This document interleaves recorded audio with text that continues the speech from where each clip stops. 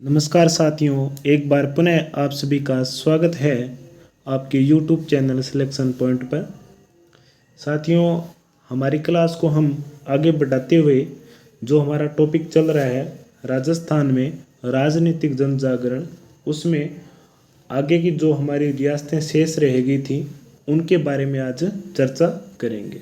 ठीक है, कल की लास्ट क्लास में हमने देखा था कि राजस्थान में राजनीतिक जन जागरण की शुरुआत कैसे हुई थी, कौन कौन सी संस्थाएं स्थापित हुई थी और कौन कौन सी मासिक, दैनिक और साप्ताहिक पत्रिकाएं थी जिनके माध्यम से जन जागृति को लोगों के मन में पैदा की गई थी। ठीक है, और उसके बाद में अंत में हमने जोधपुर रियासत में जो जन जागृति हुई थी राजनीतिक, उनके बारे में चर्चा की थी। और उसी कड़ी में हम आगे बढ़ते हुए चर्चा करते हैं बीकानेर रियासत में किस प्रकार राजनीतिक जन जागरण हुआ, इसके मुख्य कार्यकर्ता कौन कौन से थे। ठीक है, बीकानेर राज्य में सामाजिक चेतना की जो लहर पैदा करने का श्रेय पंडित कन्हैयालाल ढूंढ और उनके शिष्य गोपाल दास को जाता है। गोपाल दास ये वही है जिनके बारे में हमने जो राजस्थान के प्रमुख स्वतंत्रता सेनानी टॉपिक किया था वहाँ पर भी हमने इनके बारे में चर्चा की थी। इनके बारे में हमने वहाँ पर क्या चर्चा की थी कि जब गंगा सिंह, तत्कालीन शासक गंगा सिंह गोलमेज सम्मेलन में भाग लेने हेतु लंदन में गए हुए थे, तब उनकी विभिन्न प्रकार की जो कुप्रशासन संबंधित नीतियाँ थी उनके बारे में पर्चे बंटवाए गए थे। और जब गंगा सिंह को इस बात का पता चला तो वो बीच सम्मेलन में ही वापिस बीकानेर आ गए थे और गोपाल दास को गिरफ्तार भी कर लिया गया था। ठीक है, तो इसमें दो नाम आते हैं, कन्हैयालाल ढूंढ और उनका शिष्य गोपाल दास, जिन्होंने बीकानेर राज्य में सामाजिक चेतना की लहर पैदा करने का श्रेय जाता है। इन्होंने 1907 में चूरू में सर्वहितकारी सभा की स्थापना की थी। इस बात का भी आप विशेष रूप से ध्यान में रखना कि चूरू में सर्वहितकारी सभा की स्थापना किन्होंने की थी, तो पंडित कन्हैयालाल ढूंढ और उनके शिष्य गोपाल दास के द्वारा की गई थी। और इसी संस्था के तत्वाधान में चूरू में लड़कियों की शिक्षा हेतु पुत्री पाठशाला तथा अछूतों की शिक्षा के लिए कबीर पाठशाला नामक संस्था भी स्थापित की गई थी। ये दो संस्थाएं हैं किसकी? सर्वहितकारी सभा की।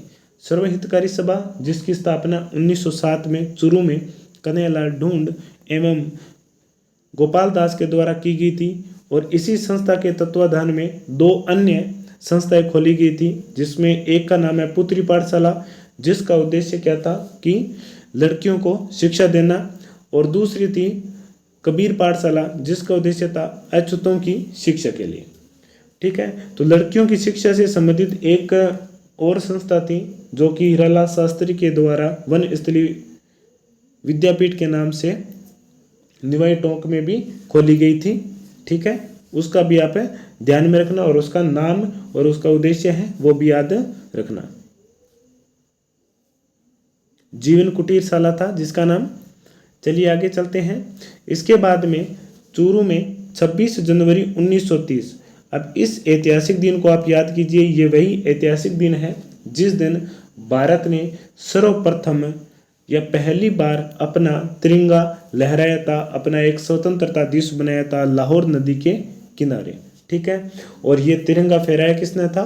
पर उस समय जवाहरलाल नेहरू थे कांग्रेस के अध्यक्ष, तो उन्होंने लाहौर नदी के किनारे आज़ादी का जो तिरंगा था वो फहराया था। और उसी दिन 26 जनवरी 1930 को चूरू में भी चंदनमल बहेड़ और स्वामी गोपाल दास ने अपने सहयोगियों के साथ चूरू में जो सर्वोच्च शिखर धर्मस्तूप था वहाँ पर तिरंगा झंडा भी फहराया था। ठीक है, एक और लाहौर नदी के किनारे, तो वहीं राजस्थान में चूरू में 26 जनवरी 1930 को चंदनमल बहेड़ एवं स्वामी गोपाल दास ने मिलकर के चूरू में तिरंगा झंडा फहराया था। ठीक है, चलिए आगे चलते हैं। अब जाहिर सी बात है कि इससे क्या हुआ कि तत्कालीन शासक गंगा सिंह था, उनकी नाराजगी भी बनती है, तो उन्होंने इस पर बेहड़ आदि को चूरू नगर पालिका की सदस्यता निलंबित भी कर दिया, परंतु मदन मोहन मालवीय के हस्तक्षेप से महाराज ने उन्हें पुनः बहाल भी कर दिया था। ठीक है, चलिए आगे चलते हैं। आगे हम देखेंगे प्रिंस ऑफ वेल्स, जो कि दिसंबर 1921 में बीकानेर पहुंचे थे। कौन थे? प्रिंस ऑफ वेल्स बीकानेर कब पहुंचे थे? दिसंबर 1921 में। ठीक है, इसके बाद में देखते हैं नरेंद्र मंडल, जिसे चैम्बर ऑफ प्रिंसेस की नाम से भी जाना जाता है, की स्थापना 8 फरवरी 1921 में दिल्ली में की गई थी और इसका उद्घाटन ड्यूक ऑफ कनॉट ने भी किया था। ठीक है, राजस्थान में एक झील भी है जिसका उद्घाटन ड्यूक ऑफ कनॉट के द्वारा किया गया था, जिसका जवाब आपको कमेंट बॉक्स में कमेंट करके देना है। ठीक है, चलिए आगे चलते हैं। इस नरेंद्र मंडल का जो प्रथम चांसलर था वो बीकानेर के शासक गंगा सिंह को बनाया गया था। और एक बात यह भी याद रखना, अलवर का शासक जय सिंह भी इसका सदस्य था। ठीक है, नरेंद्र मंडल का। गंगा सिंह ने 1928 में जमनालाल बजाज को राज्य में प्रवेश करने से रोक दिया था, यानी कि उनके प्रवेश पर पाबंदी लगा दी थी। किसने? बीकानेर रियासत के शासक गंगा सिंह ने जमनालाल बजाज के बीकानेर में प्रवेश पर रोक लगा दिया था। ठीक है, आगे चलते हैं। 1931 में महाराज ने खाद्यान्नों पर भी कर लगा दिया था। इस पर चूरू के स्वामी गोपाल दास, पंडित चंद्रमल बेहड़ आदि ने बीकानेर के इतिहास में पहली बार राज्य के विरुद्ध एक संगठित अभियान प्रारंभ किया था। ठीक है, ये उस समय की बात है जब गोलमेज सम्मेलन प्रारंभ हुए थे और इन दोनों ने मिलकर ही गंगा सिंह के विचारों और उनके कुप्रशासन के बारे में पर्चे बांटे थे। ठीक है,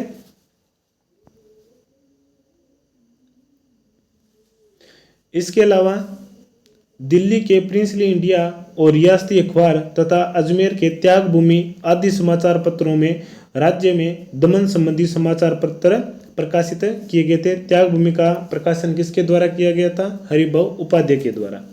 इस समय गंगा सिंह दूसरे गोलमेज सम्मेलन में भाग लेने हेतु कहाँ पर गए हुए थे? लंदन गए हुए थे।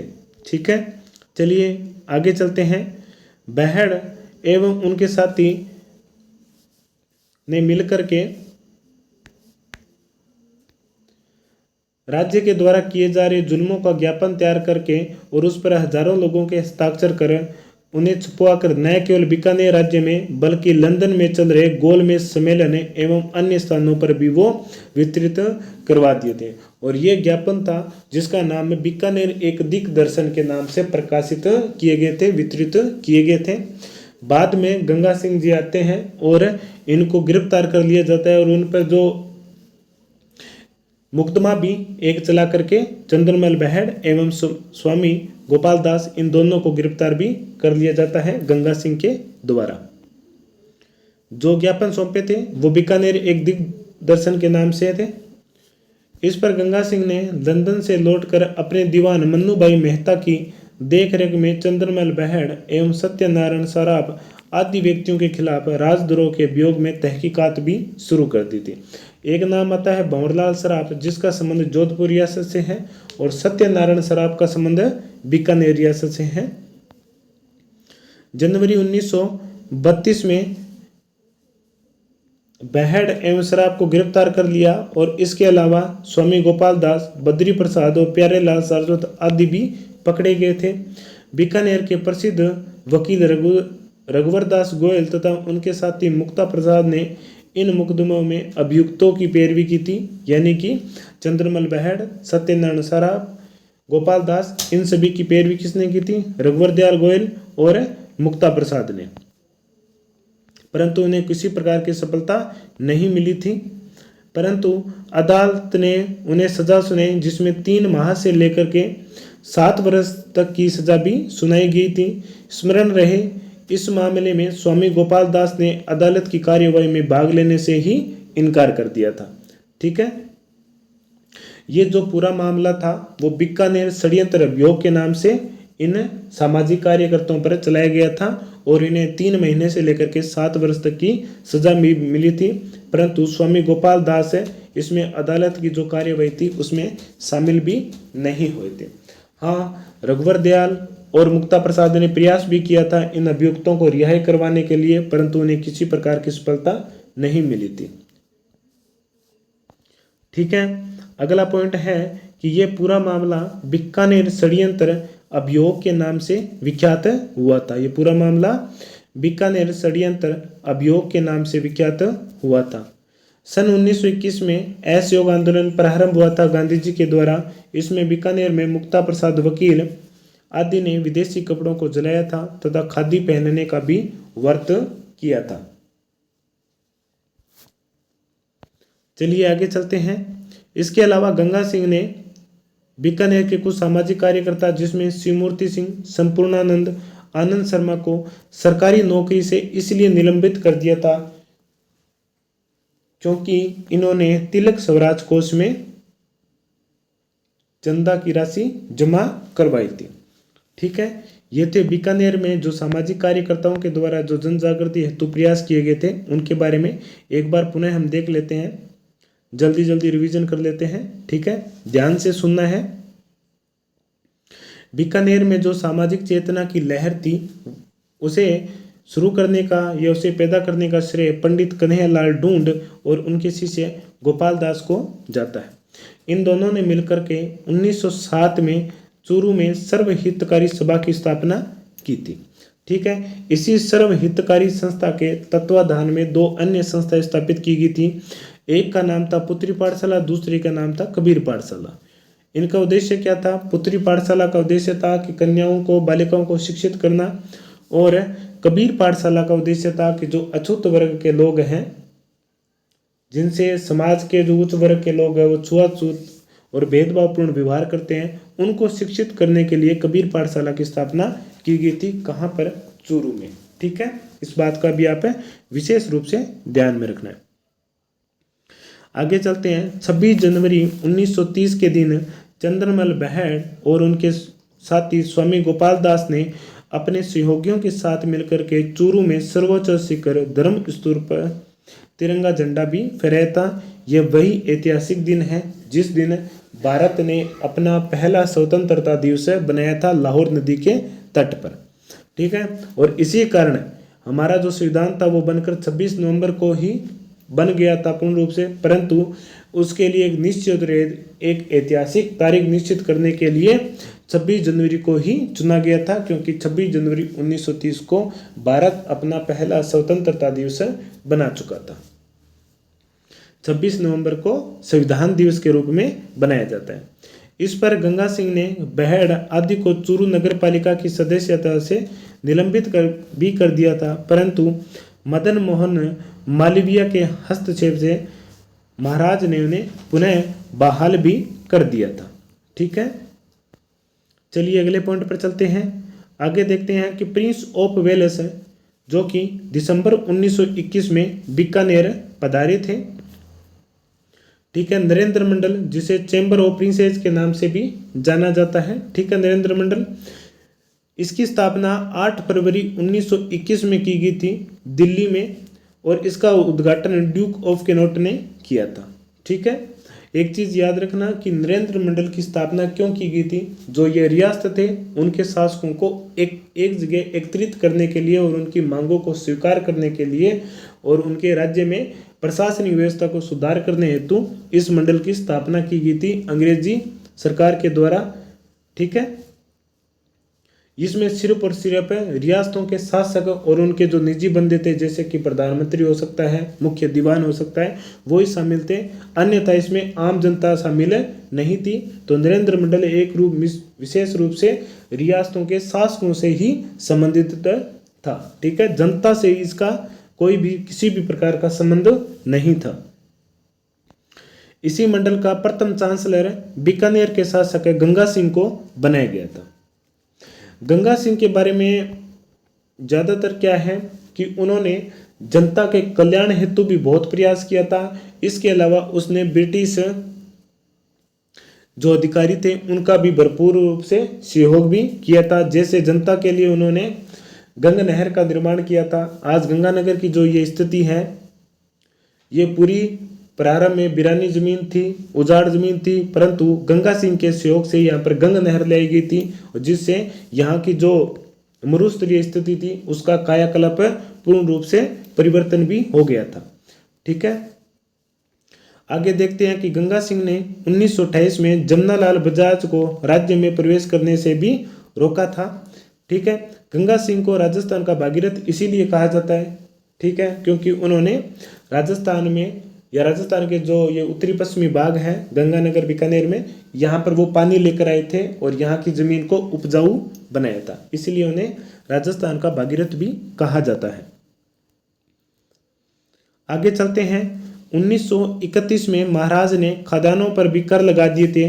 इस पर चूरू के स्वामी गोपाल दास, पंडित चंदनमल बहेड़ आदि ने बीकानेर के इतिहास में पहली बार राज्य के विरुद्ध एक संगठित अभियान प्रारंभ किया था। ठीक है, इस अभियान में क्या था कि बीकानेर के शासक गंगा सिंह के जो कुप्रशासन है और उनकी दमन की नीतियों को छपवा करके उनके पर्चे वितरित किए गए थे, और उन जिस ज्ञापन में छापे गए थे उसका नाम था बीकानेर के दिग्दर्शन। ठीक है, इसके अलावा दिल्ली के प्रिंसली इंडिया ये समाचार पत्र है। इसके अलावा रियासती ये भी दिल्ली का एक समाचार पत्र है। इसके अलावा अजमेर के त्याग भूमि आदि समाचार पत्रों में राज्य की जो दमन नीति थी उनके बारे में समाचार प्रकाशित किए गए थे। त्याग भूमि हरिभाऊ उपाध्याय के द्वारा प्रकाशित की गई थी। इसी समय महाराज गंगा सिंह दूसरे गोलमेज सम्मेलन में भाग लेने हेतु कहाँ पर गए हुए थे? लंदन में गए हुए थे, और इसी मौके का अवसर उठाते हुए बीकानेर के सामाजिक कार्यकर्ता, जिसमें बहेड़ जी, स्वामी गोपाल दास, इन सभी का नाम आता है, इन्होंने अपने साथियों के साथ में मिलकर के जो बीकानेर शासक के द्वारा जो जुल्मों का ज्ञापन था वो तैयार करवा कर हजारों लोगों के हस्ताक्षर करवा कर उन्हें छपवा कर न केवल बीकानेर राज्य बल्कि जहाँ पर गोलमेज सम्मेलन चल रहा था लंदन, वहाँ तक उन्होंने वितरित भी करवा दिया था। जब गंगा सिंह को इस बात की खबर मिली तो वो तुरंत ही गोलमेज सम्मेलन को बीच में छोड़ के ही वापिस अपने राज्य बीकानेर में आ गए थे। उन्होंने एक ज्ञापन बीकानेर एक दिग्दर्शन के नाम से बांटे थे। किसने? सामाजिक कार्यकर्ताओं चंदनमल बहेड़ और स्वामी गोपाल दास और उनके साथियों ने। इस पर गंगा सिंह ने लंदन से लौटकर अपने दीवान मन्नूभाई मेहता की देखरेख में चंदनमल बहेड़, सत्यनारायण सराफ आदि व्यक्तियों के खिलाफ राजद्रोह के अभियोग में तहकीकात भी शुरू कर दी थी। ठीक है, और जनवरी 1932 में चंद्रमल बहेड़, सत्यनारायण सराफ को गिरफ्तार भी कर लिया गया, और इसके अलावा स्वामी गोपाल दास, बद्री प्रसाद और प्यारे लाल सरस्वत आदि भी पकड़े गए थे। ठीक है, अगले पॉइंट पर देखते हैं कि बीकानेर के प्रसिद्ध वकील रघुवर दास गोयल तथा उनके साथी मुक्ता प्रसाद ने इस मुकदमे में अभियुक्तों की पैरवी की थी, यानी कि उन सामाजिक कार्यकर्ताओं की पैरवी की थी, परंतु उन्हें किसी प्रकार की सफलता नहीं मिली, और इन सभी सामाजिक कार्यकर्ताओं को 3 महीने से लेकर के 7 वर्ष तक की भी सजा मिली थी। परंतु याद रखने वाली बात यह है कि स्वामी गोपाल दास इस मामले में अदालत की कार्यवाही में भाग लेने से स्पष्ट रूप से इनकार कर दिया था, और वो अदालत में पेश भी नहीं हुए थे। तो बीकानेर के शासक गंगा सिंह के द्वारा किस स्वतंत्रता सेनानी को राज्य में प्रवेश पर रोक लगा दी थी? तो वो हमारा राइट आंसर रहेगा जमनालाल बजाज। ये पूरा का पूरा मामला बीकानेर षड्यंत्र अभियोग के नाम से चलाया गया था इन सामाजिक कार्यकर्ताओं पर, जिन्होंने बीकानेर एक दिग्दर्शन के नाम से ज्ञापन सौंपा था, जिसने बीकानेर राज्य की जो कुप्रशासन और उनका जो दमनकारी नीतियां थी उनके बारे में लोगों को अवगत कराने हेतु बीकानेर एक दिग्दर्शन के नाम से एक ज्ञापन सौंपा था, और इसी ज्ञापन के विरुद्ध में गंगा सिंह ने इन सामाजिक कार्यकर्ताओं पर बीकानेर षड्यंत्र अभियोग के नाम से केस भी चलाया गया था और उन्हें सजाएं भी सुनाई गई थी।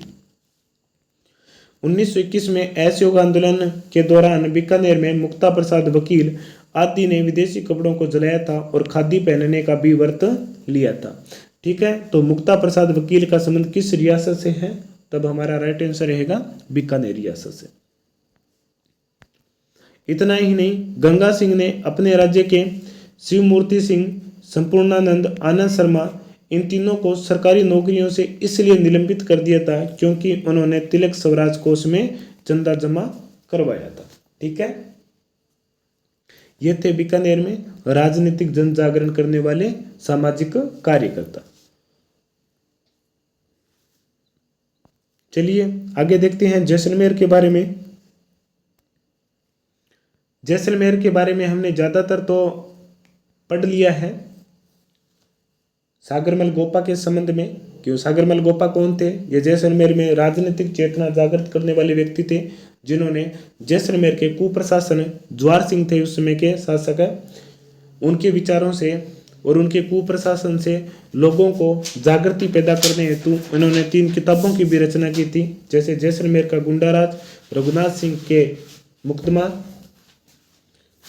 ठीक है, और आज़ादी के दीवाने, इन 3 पुस्तकों की रचना की थी। और जिसके एवज में सागरमल गोपा को 1941 में गिरफ्तार कर लिया गया था। 6 वर्ष की उन्हें सजा दी गई थी, परंतु सजा समाप्त होने के ठीक कुछ ही महीने पहले 4 अप्रैल 1946 को सागरमल गोपा को जेल में ही जिंदा जला दिया गया था। ठीक है, इसके अलावा जैसलमेर में और क्या हुआ था सामाजिक कार्यकर्ताओं के द्वारा? एक तो सीधी सी बात यह है कि जैसलमेर में जो सामाजिक या राजनीतिक चेतना थी वो अंत में बहुत समय बाद में जागृत हुई थी। क्यों? क्योंकि उस समय कोई भी प्रकार का यातायात का साधन की कमी थी, संचार के साधन नहीं थे, और ये जैसलमेर एक मरुस्थलीय भाग में था, तो वो राजस्थान की अन्य रियासतों से एक प्रकार से कटा हुआ भी था। ठीक है, जिसके कारण वहां पर जो राजनीतिक चेतना थी वो काफी समय के बाद में लेट से शुरू हुई थी। जैसलमेर के महारावल शालीवाहन द्वितीय, श्याम सिंह भी नाम आता है उनका, के समय में लानी टैक्स लगाया गया था। टेंस नहीं है यहाँ पर, टैक्स कर लेना, को लेकर के 1896 में व्यापारी वर्ग ने एक आंदोलन छेड़ा था, परंतु महारावल ने इस आंदोलन को दबा दिया था। ये लानी टैक्स क्या था? ये व्यापारी वर्ग पर लगाया गया था। ठीक है, जो व्यापार करते थे जो व्यापारी, उनके एक भाग को मानते हुए उन पर ये एक टैक्स लिया जाता था, जो प्रत्यक्ष रूप से या अप्रत्यक्ष रूप से किसी भी प्रकार से देखा जाए तो एक प्रकार का कुप्रशासन का प्रतीक था या दमन का प्रतीक था लानी टैक्स। ठीक है, तो लानी टैक्स का संबंध किस पर था? जैसलमेर से है, और ये लानी टैक्स लगाया किस पर था? व्यापारी वर्ग पर। ठीक है, उनके एक राज्य से दूसरे राज्य में जाने, उनके द्वारा एक राज्य से सामान दूसरे राज्य में बेचने, इन सभी पर उन्होंने जैसलमेर के शासक ने लानी टैक्स लगा दिया था। एक लानी टैक्स और भी था जो दक्षिण भारत में प्रचलित था, उनके बारे में मैं यहाँ पर ज़्यादा बताऊंगा नहीं क्योंकि उस पर विवाद भी खड़ा हो सकता है। ठीक है, तो यहाँ पर इसके बारे में आपको बताएंगे नहीं। हाँ, आप गूगल पर सर्च कर लेना, वहाँ पर इसके बारे में आपको बताया हुआ है। ठीक है, परंतु राजस्थान के संदर्भ में जो ये लानी टैक्स था वो व्यापारी वर्ग पर लगाया गया था। ठीक है, इस बात का आप ध्यान में रखना।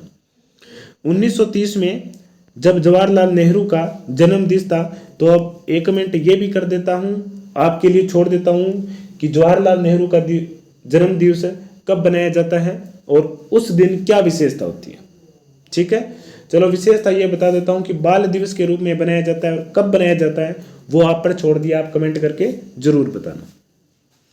नेहरू के जन्म दिवस के अवसर पर रघुनाथ सिंह मेहता, आयदान सिंह, सागरमल गोपा ने एक विज्ञप्ति निकाल करके नेहरू जी के स्वास्थ्य की शुभकामना दी थी, जिससे वहां के तत्कालीन शासक काफी नाराज हुए थे, और उन्होंने इसी दौरान 1932 में जो वहां का जो तत्कालीन शासक था उन्होंने इन पर मुकदमे भी चलाए थे, और उसी मुकदमा का एक रूप था रघुनाथ सिंह पर मुकदमा, रघुनाथ सिंह मेहता पर मुकदमा। जो सागरमल गोपा की पुस्तक थी ना, वो इसी शीर्षक पर आधारित थी, क्योंकि उनकी सिर्फ एक ही गलती थी कि उन्होंने जवाहरलाल नेहरू को उनके जन्मदिवस पर शुभकामनाएं दी थी। इसके अलावा 1932 में रघुनाथ सिंह मेहता की अध्यक्षता में माहेश्वरी युवक मंडल की भी स्थापना की गई थी। ठीक है, माहेश्वरी युवक मंडल की स्थापना किसके द्वारा और कब की गई थी? तो 1932 में रघुनाथ सिंह मेहता के द्वारा इस मंडल की स्थापना की गई थी। ठीक है। तो जैसलमेर के बारे में, सागरमल गोपा के बारे में हमने पढ़ा था, तो वहाँ पर उनकी लगभग बातें को देख ली। इसके अलावा कुछ बातें शेष थी वो यहाँ पर देख ली है। अब हम जो प्रजामंडल में चलेंगे तो वहाँ पर उत्तरदायी शासन की स्थापना हेतु वहाँ के कार्यकर्ताओं ने क्या क्या प्रयास किए थे, वहाँ पर हम भी उनकी चर्चा करेंगे। मैंने ये आपको बोला था कि ये तीनों टॉपिक एक दूसरे से जुड़े हुए हैं, इनको एक दूसरे से पृथक हम नहीं कर सकते। और एक टॉपिक में अगर हम जैसे जनजागृति में अगर हम सारी बातों को समझने का प्रयास करेंगे तो हमारी वो चीज़ समझ में भी नहीं आएगी। इसलिए हमने मेहनत करके इन सभी चीज़ों को अलग अलग भागों में बांट दिया है ताकि आपको समझने में आसानी हो। ठीक है साथियों, और एक चीज़ और बता देता हूँ कि इन नोट्सों में काफ़ी मेहनत की जा रही है। विभिन्न प्रकार की किताबों को आधार मानते हुए ये नोट्स बनाए जा रहे हैं और ये सिर्फ और सिर्फ आपके लिए है। ठीक है, और ये क्लास आपके लिए बेहद महत्वपूर्ण रहेगी आने वाले एग्जामों में, तो आप इन्हें एक बार अवश्य देखना। ठीक है, और इनको देखने के बाद में आपको राजस्थान के इतिहास से संबंधित कोई भी टॉपिक आपको कहीं से भी पढ़ने की आवश्यकता नहीं रहेगी। ठीक है, जैसलमेर के तत्कालीन शासक महाराव शालिवाहन द्वितीय ने लानी टैक्स लागू किया था। किस पर लागू किया था? व्यापारी वर्ग पर। ठीक है, बाद में 1930 में पंडित जवाहरलाल नेहरू के जन्म दिवस के अवसर पर रघुनाथ सिंह मेहता, आयदान सिंह और सागरमल गोपा ने एक विज्ञप्ति जारी करके नेहरू जी की स्वास्थ्य की शुभकामना दी थी, जिस पर तत्कालीन शासक ने रघुनाथ सिंह पर मुकदमा चलाया था। और उसी शीर्षक से सागरमल गोपा ने जैसलमेर के कुप्रशासन को के बारे में राज्य को या पूरे देश भर में उनकी आलोचना करवाने के लिए, अवगत करवाने के लिए इस पुस्तक का भी रचना की थी। ठीक है, इसी दौरान 1932 में माहेश्वरी युवक मंडल की स्थापना की गई थी, जो कि रघुनाथ सिंह मेहता के द्वारा की गई थी। और माहेश्वरी युवक मंडल है आज भी जैसलमेर में माहेश्वरी धर्मशाला के नाम से काफ़ी चर्चित है। अगर आप जैसलमेर जाते हो तो आपको वहाँ पर सबसे कम कीमत पर और सबसे अच्छी सुविधा प्राप्त होगी। चलिए आगे चलते हैं। आगे हम देखते हैं टोंक में। टोंक में पहला जो जन आंदोलन था वो 1920 और 21 में शुरू हुआ था। इसमें टोंक का जो दीवान था वो था मोतीलाल। ठीक है, टोंक में पहला जन आंदोलन 1920-21 में। दीवान कौन था? मोतीलाल। मोतीलाल ने राज्य में अनाज खरीदने का ठेका रतलाम के कतिपय व्यापारियों को दे दिया था और राज्य में अनाज के भाव भी बढ़ गए थे। ठीक है, रतलाम यानी कि मध्य प्रदेश के व्यापारियों को सौंप दिया था। किसने? मोतीलाल ने। ये इसलिए किया था क्योंकि मोतीलाल और रतलाम के जो व्यापारी थे उन्हें आपस में साठ गांठें कर ली थी और उन्होंने जानबूझ करके अनाज के दाम बढ़ाए थे, जिससे क्या हो गया कि जनता का किसी न किसी प्रकार से वो शोषण करना चाहते थे या लूटना चाहते थे और अपनी जिंदगी को बड़े ही आराम और ऐशो आराम में जीना चाहते थे। ठीक है, तो टोंक में जो आंदोलन था उसका कारण था कि मोतीलाल के द्वारा अनाज, अब देखो कि खाने पीने की चीजें हैं उस पर ही अगर टैक्स लगा दिया जाता है तो सीधी सी बात है कि जनता उनके विरोध में अवश्य आएगी। ठीक है, चलिए आगे चलते हैं। जिस प्रकार सविनय अवज्ञा आंदोलन में गांधी जी ने नमक कानून तोड़ करके, नमक कानून क्या था? इस पर ब्रिटिश सरकार का एकाधिकार था। अब नमक हर चीज में जरूरी है और सबसे पहले खाने पीना, रसोई का राजा मान सकते हो नमक को, अगर उस पर ही एकाधिकार था तो इसके एवज में गांधी जी ने क्या किया था कि हम सविनय अवज्ञा आंदोलन शुरू करेंगे। ठीक है, 12 मार्च को शुरू किया था। 12 मार्च को उन्होंने दांडी से साबरमती से उन्होंने अपनी यात्रा प्रारंभ की थी और दांडी पहुंचे थे 6 अप्रैल को। इसके अलावा नवाब इब्राहिम ने मस्जिदों में अनाज देने से भी मना कर दिया था। यहां पर अनाज नहीं है, अजान पढ़ना, अजान। ठीक है, ये थोड़ा सा मिसप्रिंट हो गया है। अजान मस्जिदों में क्या अजान देने से मना कर दिया। ठीक है, एक बार पुनः बता देता हूँ, हाईलाइट कर देता हूँ। यहाँ पर अनाज नहीं है, अजान है। अजान यानी कि जो नमाज है मुस्लिम धर्म में जो दिन में 5 बार अदा की जाती है। तो नवाब इब्राहिम ने मस्जिदों में अजान देने से मना कर दिया था, जिससे टोंक की जो जनता थी उनमें रोष पैदा हो गया और वो एक जन आंदोलन को जन्म दिया था। ये सभी कारण हैं जिन्होंने टोंक में एक जन आंदोलन को भी जन्म दिया था। असहयोग आंदोलन के दौरान भी टोंक में जनता ने इस आंदोलन का अनुमोदन भी किया था। यहाँ की पुलिस ने भी इनके नेता मौलवी अब्दुल रहीम, सैयद जुबैर मियाँ, सैयद इस्माइल मियाँ, काजी महमूद अयूब आदि को गिरफ्तार भी कर लिया गया था। ये कौन है?